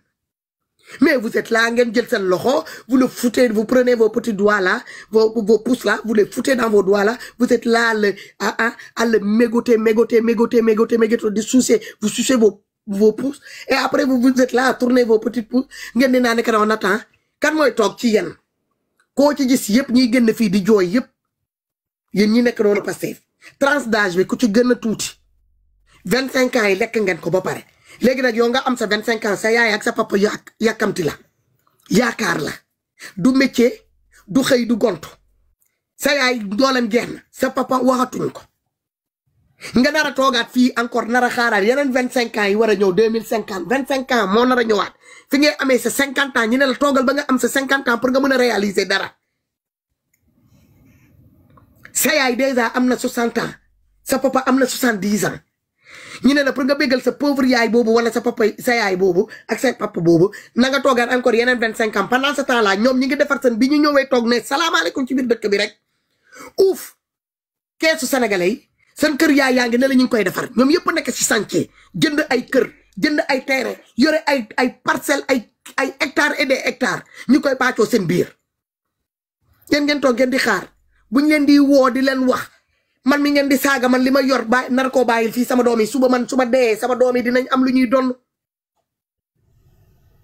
man bu ma jógee Europe bu ma demee sama ngantam maamu 600 mètres carrés laay dugg ma desewaat yeneen yoo xamante ni que ne bu ma yàlla mayee encore ma mettre leen sur pied yéen vélo boo xamante rek ak brouette bu tànkam bi sa yàqu amu leen ko du yendu seen yaay am na ñoo xamante ne ba tey ca ay pantre la ñu nekk nekk fa ak seen ndey ak seen baay luñ leen yéene lañ leen yéene seen quotidien bi changé améliorer tuuti seen dundu ngeen am seen formation am accès à l'emploi ku ci nekk bu weer dee nga mën a am fenn foo xamante ne même bu doon saako ceeb ngay indi nga ñëw sant ko sa papa ak sa ndey ñu ne la ab albarka boobu da lay topp mooy doon sa miroir mooy doon sa orientation ci sa adduna bi ci sa futur bi yow tamit à ton tour di nga toog sa doom yi tamit noppal la di nga toog ba sa doom yi tamit noppal la mais boo jëlee sa adduna nga jël sa avenir nga jël ko wékk ko ci doomi aadama boobu bu la wooree wala bu la fajul yow bu la fajul yow li nga koy xaaree di nga am déception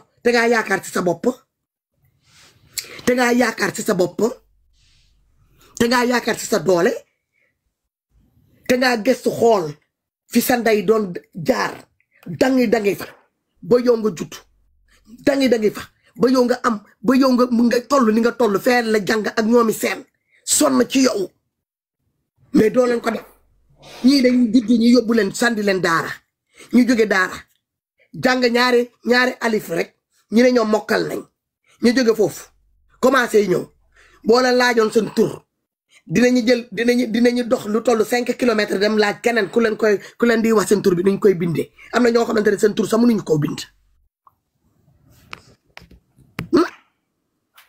ñii émigration bi léegi comme bateau yaa ngi gaal ya chargement de la batterie en cours nga ñëw nga dugg ci gaal bi jaay sa bakkan nga ñëw atterrir fii Italie wala Espagne wala France ji ñu jël la dugal la dans des centres mel ni un prisonnier comme un malpropre te defoo dara lu dul dem émigration dem tukki te dëkk yi ngay dem noonu dëkk yooyu ñoo colonisé woon sa réew colonisé woon sa maam di leen doon imposer leur façon de faire imposer leen langue imposer leen lépp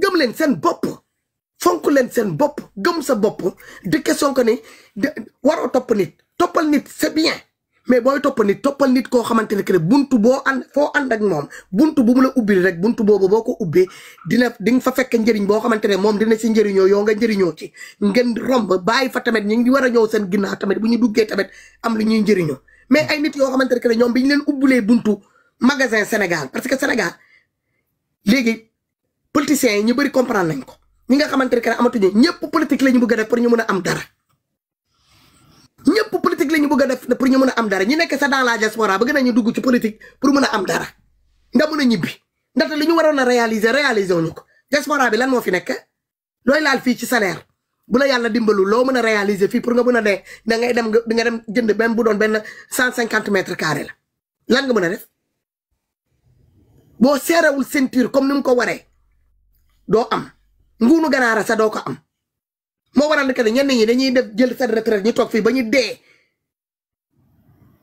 mu jaral leen sa dëkk bi ñu nekk sa état boobu jël leen wala mairie bi jël leen yóbbu leen dem lakk leen ci crématorium moo leen koy gënal parce que gàcce bi dèjà da ngay nekk fii sax fekk jëlagoo sa retraite nga dem vacances 1 mois nga egg foofu première semaine bi la ñëpp di la dar nga joxe cadeau yi ak ñoomi seen doo gisati kenn du ku lay toggal lekk yekkal la du ku lay ñëw di la jéem a xool ndax sa yére yi tilim na pour nga mu fóotal la au contraire sax boo demee sax ba ñu ñaan la benn yoon ñaari yoon nga ne yii de seetuma dara li ma indi woon yëpp séddale naa ko da ngay commencé dégg ñi lay laaj kañ ngay ñibbi kon yow ñibbeegoo gaay ma dama foogoon sax da nga ñibbi gëj naa la dëgg yaa ngi fii romb nañ la ñi nga dëkkal ci biir kër ji sax da ngay kër boo xamante ne yow yaa ko fay yow yaa ko defar yëpp ba mu pare da ngay ñëw doo fa am sa chambre sa jarabaat yi la ñuy génnee ci néeg bi ñu jox la nga tëdd xale yi chaque jour ñu ngi taxaw di xaar pour déglu la ndax dañuy tàggoo pour ñibbi parce que ñoom dañoo sonn pour sa néeg bi nga nangu noonu seen loxo pourtant yaa ngi woon fii peinture bi nekk ci kër ji yow la ciment bi yow la toit bi bu bënnee yow la ñuy woo ravitaillement yaa koy jënd te doo lekk courant yaa koy fay te doo ko taal ndox ba ñuy jël noonu di koy pasaree ci kër ji yow la ku dee yow la ñuy woo ku feebar yow la ñuy woo kuy takk jabar yow la ñuy woo ku jabaram ëmb yow lay woo ku jabaram wusin yow lay woo ku fu ordonnance taxaw yow bànneex sa yow lépp daal tant que yaa ngi dund daal yow la coono boobu yëpp duma ko jël encore ma jëlaat ko encore may naan que damay dem jël nit koo xamante ne suba bu doonee dara moo tax ngeen gis ñu bëri ñuy toog fii di jooy sama yaram bi dee daw su ma gisee des jeunes de moins de 35 ans 25 ans 40 ans ñuy jooy parce que ñoom dañoo xeexoon nee nañ ci procès yéen xeexu leen vous n'êtes pas des martyrs de la cherté de la vie des denrées de première nécessité au Sénégal vous êtes des martyrs de Sweet Beauté vous êtes des martyrs d'un libido vous êtes des combattants de Sweet Beauté xeexalu leen seen coono yaay xeexalu leen seen coono baay xeexalu leen pour caaku ceeb wàññeeku xeexalu leen seen hôpital yi nekk dans vos différentes régions yi on a plus de 14 régions plus de 46 départements 840 et quelques villages xeexu leen pour seen village pour électricité pour ñi defaral leen ay rang-rang xeexu leen pour seen sœurs yi ak seen yaay yi ñi am seen hôpitaux yi ñi am seen dispensaires yi xeexu leen pour am ay seringue yéen a ngi dëgg prise en charge ambulance ak ñoomi seen rang-rang bi leen war a mën a yóbbu ba seen village xeexu leen pour loolu yéen xeexu leen pour cherté de ndox bi xeexu leen pour seen cherté facture courant yéen xeexu leen pour seen formation métier xeexu leen pour seen xëy ak seen gont yéen xeexu leen pour seen dara seen quotidien bi amélioré wu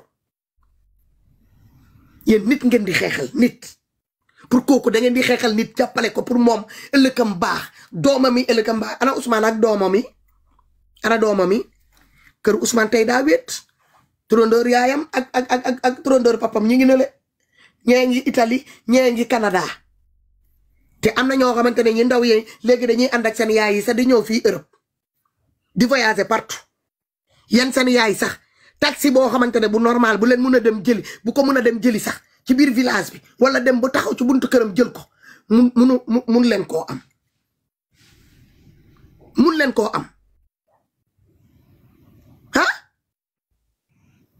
dem leen ngeen jàng boo leen jàngut am ngeen téléphone nee leen ko jàng ma ne jàppale man may dëgg kaay fa bu toogee muy naan ay chiffres di avancer ay chiffres may dëgg muy wax lii fan la ko nit mun a dem saytoo pour xam ko ñu ne la hee kaay ñu dem demal ci tonton Google du la laaj xaalis du la laaj dara tappet rek doo àggale boo nee faa balaa ngay naan tout rek génnal na la sama biographie boo nee kaay balaa ngay naan foofu génnal na la biographie ñi yëpp ñi fi toog tey di yore seen milliards yi di doxante ak moom nekk ci seen donkaasi gi di leen ko jaay di leen narge ñoom ak seen famille ak seen yaama neexee ak ñoomi seen boo demee ci Google amu ci kenn ku ci am ay biographie amuñu biographie parce que amuñu jaar-jaar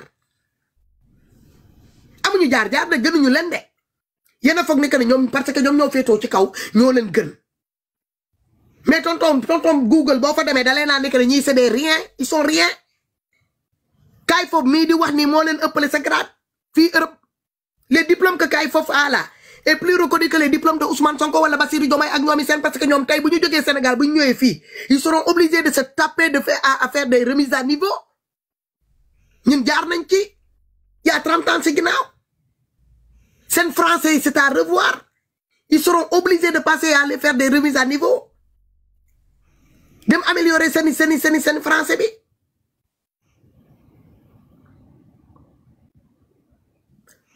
déjà quand ils débarquent en Europe ta peau noire n'est pas la bienvenue.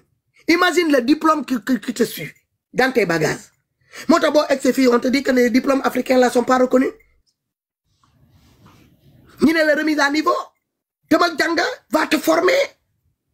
Ya xam CAP la brevet la ak ñomi sen nga dem nga lijeenté ko fi ngay outil pour nga mëna légal. Donc ñoy kan? Ñoy kan? gëm leen seen bopp man dama leen di ñaan picc gëm leen seen bopp yëf yi di xam-xam moo tax vous êtes ébahi boo leen gisee ku mel ni Sam wala kaay foofa keneen ak keneen bu ñëwee toog fii di wax ak yéen di génnee ay chiffres yi di ñëw di yóbbuma grand écran vous êtes là vous êtes étonné da ngeen di jël nit kooku ne nga oh kii moom yor nekkete moo yor lépp non non temps bi ngeen di jël di saaga nit ñi di bindee vos nonsense ci ay commentaires moom dafa jël même temps boobu mu dem dugg ci tonton Google tappe génnee xam ñoo toog kaay koof taal mu ñëw mu yéeg ak suuti bu mu jàng foofu mu ñëw mu tegal leen ko fii ngeen tiit ngeen foog ne que ne moom moo yor lépp jeeg jóge fële mu ñëw mu jox leen tuuti ngeen ne kon moom tamit ndekete xam na fii ak ñaari fan ñetti fan kaay foofu dina gën a pensé waat ci document yooyu bu ñëwaatee ngeen ne non kaay foofu c'est pas possible pourtant tu es doté des mêmes du même temps que kaay foofu temps bi kaay foofu am Fatou am ko keneen am ko Sam am ko keneen am ko war nga koo mën a am li ngay bind noonu ci ay commentaires yi négatif jël ko nga transformé ko jël temps boobu dem dugg nga dem xool nga ne cee dëgg naa kaay di wax lii Sam waxoon lii Fatoumata wax lële est-ce que doyut ma dem ma xool mais bu ñu waxee yow dañ laa jënd yow tapalekat nga yow dañ laa corrompre dañ laa nangam toog leen fii yéen ñëpp am njëkk ba mu des yéen ñooñu di saaga ci commentaire ak di bind seen i non fin ci ay commentaire yéen kenn du leen jënd parce que kenn xamu leen amu leen valeur ci seen biir famille amu leen valeur ci politiciens yi kon yéen fan ngeen baaxee xanaa ñi dajale leen ci benn bayaal leen ñu sotti leen essence taal leen loolu ngeen mérité parce que vous méritez nulle part yéen kenn du leen jënd kenn soxlaw leen ñun am nañ njëg kaay foofu dañ ko jënd Fatoumata dañ ko jënd keneen ak keneen dañ ko jënd on est des personnes corrompues on nous a donné ça on nous a donné là yéen kañ lañ leen di jox dara kañ lañ leen di corrompre kañ leen nit di ñëw jox leen seen valeur teg leen seen place jënd leen ngir seen xam-xam ngir seen jaar-jaar parce que ku xamul dara kenn du ko jënd ku amul dara lu mu yokkal nit kenn du ko soxla kenn du ko corrompre des personnes avec des têtes vides kan moo leen di corrompre boo leen amoon dara kenn dinañ leen doon corrompre comme ni ñu corrompre comme vous prenez tous les gens qui sont pas d'accord qui sont pas en phase avec ce nouveau gouvernement là de agissement là qui sont en train de mener en ce moment ngeen ne c'est des personnes corrompues kaay foofu nag il est majeur et vacciné moom moo xam parfois je le vois vaciller à gauche parfois je ne sais pas sama doom la duma ko sandi parce que deret la saa buñ ko dompatee dama koy yëg même fan yële biñ koy kii noonu daf maa métti mais mënuma ci dara maa xam ne que da ci métier ci lii muy def nii ci loolu la mën a dëggee lii mais en temps normal boo ko fekkee biir famille am doo ñemewuloo teg lu tàng ci loxom mais nag internet bi dafa di bayal boo xamante ni que ne façon bu nekk ñoo fiy daje façon bu nekk ñoo fiy daje c'est les serviettes et les torchons sont mélangés sur internet c'est normal. On est dans un enclos boo xamante ne que ne c'est un enclos fait pour des cochons mais nous les éleveurs de cochons les éleveurs là on n'a pas le choix on est obligé de venir patauger avec vous dans ces bouts là. yow na sa xel daal incha allahu rabbi lépp luy dëgg rek dinañ ko won sénégalais képp ku bëgg a défendre le parti aussi dina am possibilité mu ñëw fi waaye tere sénégalais ne sénégalais amuñu droit xam ndax ay saaga wala loolu dootu fi amati bu fekkee dañoo jàpp ni saaga mooy delloo nit ñi ginnaaw wala sosal nit ñi naan dañ laa jënd loolu moo tax ba képp ku yore dëgg rek dootul amati fit génnee ko loolu dañuy nax seen bopp kaay soof loolu tiitalu ko kaay soof ay menaces tiitalu ko ay tentative tiitalu ko donc dinañ ñëw wax ak sénégalais yi lépp lu nëbbu ñu feeñal ko lépp lu ñuy défendre ñoom ñu am possibilité tamit ñu ñëw défendre ko lu ñuy défendre. Inch'Allah. Voilà inch'Allah donc loolu mooy suñu taxawaay. man nag comme je l'ai dit inch'Allahu rabbi tout le monde est le bienvenu ici. voilà yow am premier ak keneen ku bëgg a ñëw nañu ñëw ku bëgg apporter sénégalais yi lu leer rek ñëwal tu es chez toi ici. Tata ma bàyyi la nga wax allo. waa ana tata man dëggatuma ko di waaw dem na waaw donc gars yi merci beaucoup waay jërëjëf kontaan naa ci yéen ñëpp tapoter leen live bu baax partage ko yal nañu yàlla jàppale yal na jàppale réew mi li ma fi dégg tey yëpp document yëpp dinaa toog jël temps bu doy étudier leen indil leen ci lépp loo xamante ni dafa war nit ñi jox leen ko comme information incha allah normalement liggéey journaliste yi ak liggéey politicien yi waaye dinañ leen defal liggéey boobu incha allah rabbi jaa ngeen jëf yal na leen yàlla jàppale. vidéo yi dagg leen ko yóbbu ko Sëñ Bass Abdou Khadre ngeen yóbbu ko këru diine yi nga xamante ni ñoom jàppoon nañ ni ñun ay nit yu bon lañ fekk yàlla xam na ni kenn bonul ci ñun waa kay ngeen yóbbul ko képp koo xamante ni rek démb mere woon na ma ndax. jàmm ak pouvoir bu ma yéenal Ousmane Sonko nee leen kaay soo farul fenn Ousmane Sonko nee na kaay soo bokkul ci moom Diomaye nee na kaay soo bokkul ci moom kaay soo mii sax nee na bokkul ci ñoom bokkul fenn moom Sénégal la fi nekkal comme nu mu ko yàggee wax wa tey la gën a nekk dëgg parce que dina créer loo xamante ni ci boppam dina mën a dajale Sénégalais yépp te du far fenn incha allahu rabbi voilà après dina waxtaan ak ñëpp dinaa xool ñëpp consulter ñëpp comme politicien nuñ koy defee consulter ñëpp xool ku nekk lan la am pour proposer c'est sur la base de ça qu'on va voir comment on va cheminer avec qui wala kële donc c'est sur cette base qu'on va discuter c'est sur cette base qu'on va se mettre à table